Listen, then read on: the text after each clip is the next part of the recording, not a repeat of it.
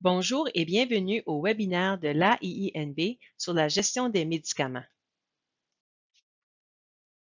Le but de ce webinaire est de familiariser les membres avec les normes pour la gestion des médicaments et de montrer comment ces normes s'appliquent à la pratique infirmière. Le webinaire dure environ 15 minutes. Durant cette présentation, nous allons passer en revue ce qu'est la gestion des médicaments, nous pencher sur les normes pour la gestion des médicaments, et voir comment elles s'appliquent à la pratique infirmière. Et aussi, nous allons finir avec des ressources pour aider à la gestion de médicaments. La gestion des médicaments est plus que la simple distribution de médicaments aux clients. La gestion des médicaments est définie comme une pratique qui est centrée sur le client, qui optimise une utilisation qui est sécuritaire, efficace et appropriée des médicaments. Il s'agit d'une responsabilité partagée par tous les membres de l'équipe de soins de santé et le client. La gestion des médicaments exige de l'infirmière qu'elle applique son jugement clinique et sa pensée critique et qu'elle prenne des décisions éclairées par des données probantes. Comme vous l'avez peut-être remarqué, l'AIINB est passée de normes pour l'administration des médicaments à des normes pour la gestion des médicaments. Le raisonnement derrière ce changement est le fait que fournir des médicaments à un client est un processus global qui implique plus que la simple administration du médicament en soi. Les normes pour la gestion des médicaments se veulent un complément aux normes d'exercice pour les infirmières immatriculées de l'AIINB. Elles décrivent les obligations reditionnelles et les responsabilités des infirmières en matière de gestion des médicaments. Ces normes ne visent pas à remplacer les avis juridiques ou les politiques de l'employeur. Il y a 4 principes, aussi appelés des normes, qui décrivent les attentes de la gestion des médicaments, soit l'autorisation, la compétence, la sécurité et la collaboration. Même si ces principes sont présentés dans un ordre linéaire, la gestion des médicaments n'est pas un processus qui est linéaire. Ces principes sont assortis d'énoncés descriptifs qui servent à illustrer l'application de chaque norme. La première norme est l'autorisation. L'infirmière doit connaître les actes de la gestion des médicaments qu'elle est autorisée à exécuter. Cette autorisation est accordée par voie de mesures législatives, de réglementation et de politique. L'infirmière doit connaître son champ d'exercice individuel ainsi que les mesures législatives et les politiques de son employeur qui influencent sa pratique. Voici quelques points essentiels liés à l'autorisation. L'infirmière peut recevoir des ordonnances de médicaments de prescripteurs autorisés pour les médicaments qui font partie du champ d'exercice du prescripteur. Au Nouveau-Brunswick, les prescripteurs autorisés, à l'heure actuelle, sont les médecins, les infirmières praticiennes, les optométristes, les dentistes, les pharmaciens, les sages-femmes, les vétérinaires et les adjoints aux médecins. L'infirmière accepte les ordonnances de médicaments verbales uniquement dans des situations imminentes, urgentes ou exceptionnelles. Donc, quand les ordonnances verbales sont-elles acceptables? Eh bien, dans des situations où un retard dans le traitement met le client à risque de subir un préjudice. Par exemple, lorsqu'un code est déclenché ou lorsque le prescripteur n'est pas présent et que des directives urgentes ou imminentes sont nécessaires pour fournir des soins appropriés au client. Par exemple, pour une ordonnance de warfarine. Ou lorsque le prescripteur ne se trouve pas sur les lieux de la prestation de soins et que l'accès au dossier de santé du client n'est pas possible, ou finalement, lorsque le prescripteur fait une consultation par télésanté ou télépratique et qu'il n'est pas en mesure de consigner la prescription au dossier de santé. De plus, les infirmières et infirmiers sont tenus de se conformer aux dispositions législatives qui s'appliquent à la gestion des médicaments. On parle de dispositions législatives fédérales et provinciales, puis ils sont énumérés à l'annexe B des normes pour la gestion des médicaments. Alors, parlons maintenant un peu de ordonnances directes versus directives. Les ordonnances directes s'appliquent à un seul client, alors que les directives s'appliquent à plus d'un client quand certaines conditions sont réunies. Les substances contrôlées peuvent uniquement être prescrites sur ordonnance. Et finalement, parlons un peu des échantillons. L'infirmière peut fournir des échantillons de médicaments aux clients pour donner suite à une ordonnance d'un prescripteur autorisé.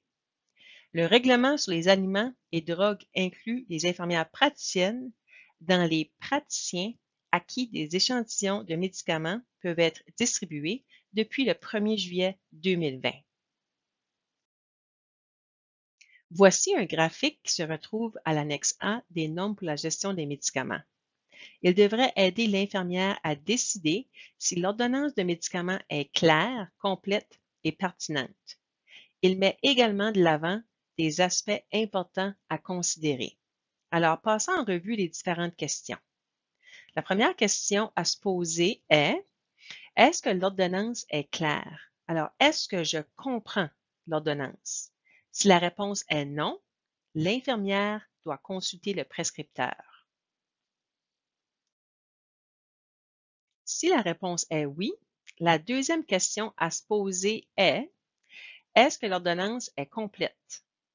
L'ordonnance contient-elle tous les renseignements dont j'ai besoin pour administrer le médicament en toute sécurité? Alors, le nom complet du client, date d'ordonnance, le nom du médicament, sa fréquence, sa puissance, quantité et concentration s'il y a lieu, sa voie d'administration, le but de la médication PRN, nom, signature et désignation du prescripteur autorisé. Si la réponse est non, l'infirmière doit consulter le prescripteur. Alors, si la réponse est oui, par contre, la troisième question à se poser est-ce que l'ordonnance est pertinente? Alors, l'ordonnance est-elle pertinente compte tenu du client et de son état de santé actuel, de ses antécédents médicaux, de ses antécédents pharmaceutiques et des autres médicaments qu'il prend actuellement? Si la réponse est non, l'infirmière doit consulter le prescripteur. Alors, une ordonnance de médicament peut être acceptée uniquement si elle est claire, complète et appropriée. La deuxième norme est la compétence. L'infirmière s'assure de posséder les connaissances, l'aptitude et le jugement nécessaires pour gérer les médicaments de manière compétente. Pour se conformer à la norme 2, l'infirmière doit s'assurer que sa gestion des médicaments est éclairée par des données probantes. Par exemple, vous vous fondez sur des données probantes pour savoir si le médicament est pertinent pour votre client et faites un suivi si vous avez des préoccupations. L'infirmière doit aussi évaluer la pertinence de la gestion des médicaments en tenant compte du client, du médicament et de l'environnement. L'infirmière doit connaître les limites de ses connaissances, de son aptitude et de son jugement et obtenir de l'aide aux besoins. Elle veille à ce que sa pratique soit conforme aux politiques de l'employeur et ne doit pas effectuer d'actes liés à la gestion des médicaments pour lesquels elle n'a pas les compétences requises. La troisième norme est la sécurité.